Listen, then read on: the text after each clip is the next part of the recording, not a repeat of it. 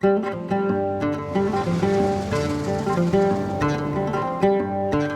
one has contributed as much to the progress of modern India as the Parsi community.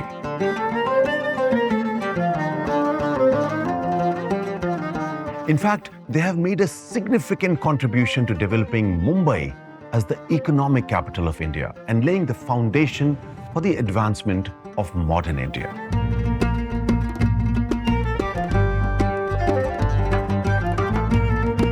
Did you know that prominent figures like Tata, Wadia, Godrej, who today are giants of Indian industry, are actually descendants of foreign refugees who arrived on the western shores of India 1200 years ago.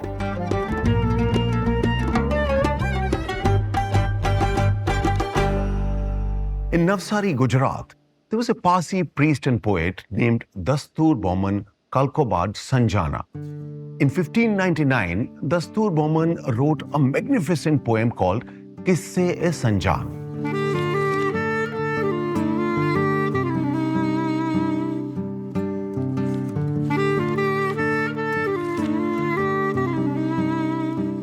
This poem is actually an important document for understanding the Parsi people and their religion.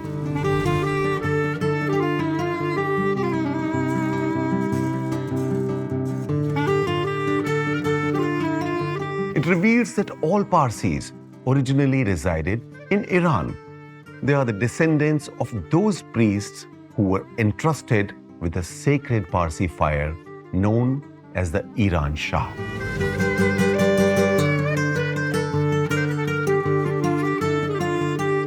The Kisseh-i-Sanjaan narrates the tale of the sacred IranShah, the pain the Parsis being expelled from their own country and their journey to become a part of Hindustan or India. Let's explore.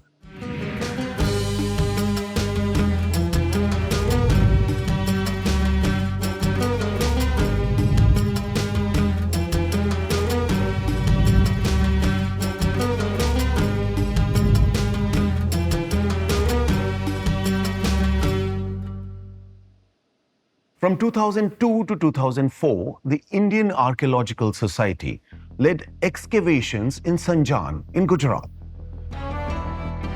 leading to the discovery of a large number of artifacts from Western Asia, such as pottery, glass, and currency. From these discoveries, it can be deduced that there used to be a Parsi settlement here, which had connections with Iran. In fact, the Parsis came from the ancient city of Sanjaan in Iran, the reason why they named this place after it.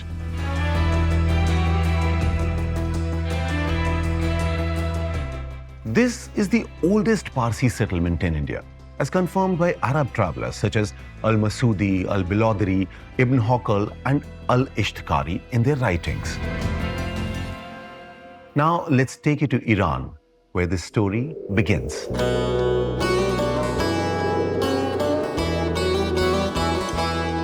According to Kisseh, the story of the decline of this Parsi settlement starts with the last Sassanian ruler of Iran, Yazdega, who was defeated by the Arab army in 641 CE. After this defeat, in order to escape the oppression of the Arab army, small groups of Parsi refugees took shelter in the mountains of Khorasan, along with some Sassanian princes. As time passed, Parsi refugees started settling in different places. For example, they stayed in the port of Hormuz near Oman for 30 years, and then they arrived in Gujarat from there. They landed in Diu and resided there for the next 19 years.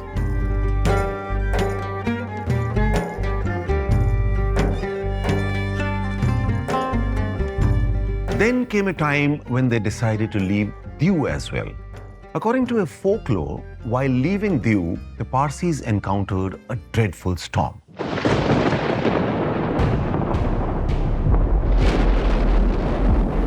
To escape the storm, they prayed to God and made a promise that if they survived, they would build a fire temple in honor of the archangel Behram.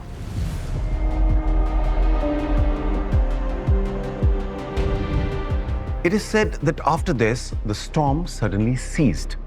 Considering this miracle as a divine blessing, the Parsis established a city there. And the ruler of that place, Jaadi Rana, provided them with a packet of land for them to establish a modest settlement.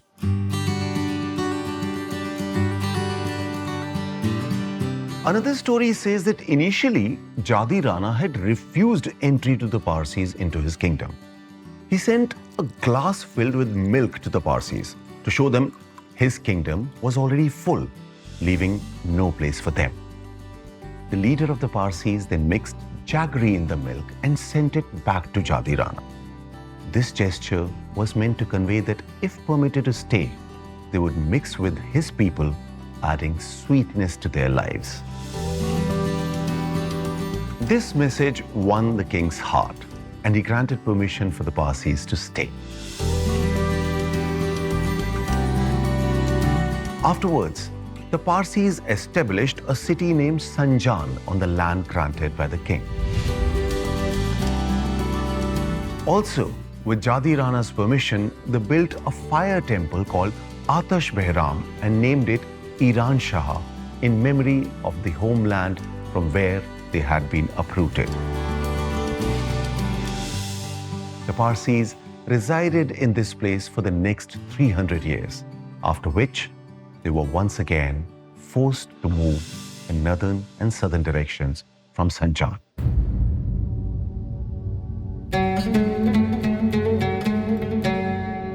This happened because another storm struck the lives of the Parsis. This time, they attack not from nature, but from humans. According to some historians, at the behest of Sultan Mahmud, possibly Alauddin Khilji in 1297-98, General Ulf Khan attacked Sanjaan.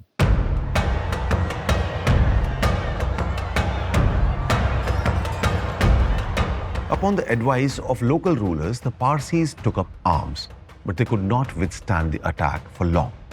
Within the next day, several warriors were martyred in the battle, and Sanjaan was captured. With Sanjaan under the control of the enemy, the priests, along with women and children, took IranShah and hid in the mountains of Bahrot. Finally, after 14 years, the Parsis of Navsari came to their rescue and brought the sacred fire along the priests of Sanjaan to Navsari. But the story doesn't end here. One day, a dispute arose between the priest of Sanjaan and the priest of Navsari. After that, the priests of Sanjaan took the holy IranShah to a small coastal town called Udwada. Though the journey was long, they eventually reached their destination, and Udwada became the sacred establishment of IranShah. Even today, IranShah is present there. The holy fire, IranShah, is a revered religious symbol for the Parsis. No wedding or celebration is complete without a visit to this sacred fire temple.